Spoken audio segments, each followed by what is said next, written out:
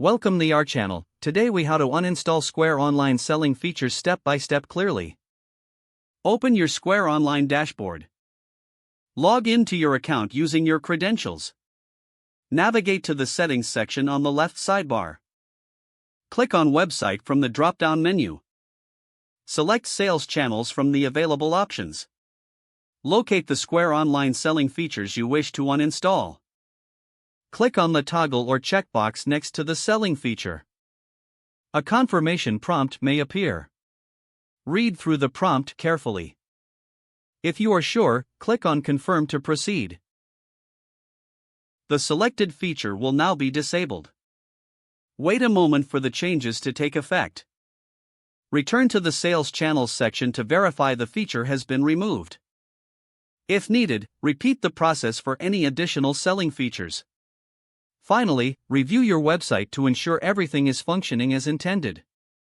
If the page does not load, refresh the browser or try again in a private or incognito window.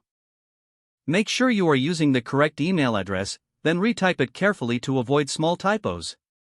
If your password is not accepted, use the reset option and create a new strong password you can remember.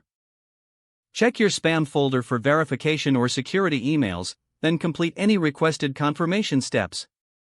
Enable two-factor authentication if available to improve account security and reduce unauthorized access risk.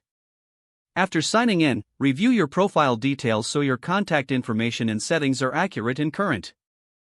If you see an error message, note it down and try again after restarting your device and internet. Log out when you finish, especially on shared devices, to keep your account and payment information secure.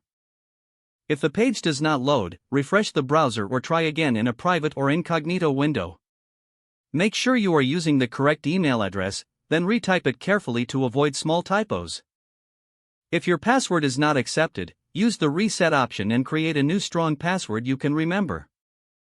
Check your spam folder for verification or security emails, then complete any requested confirmation steps.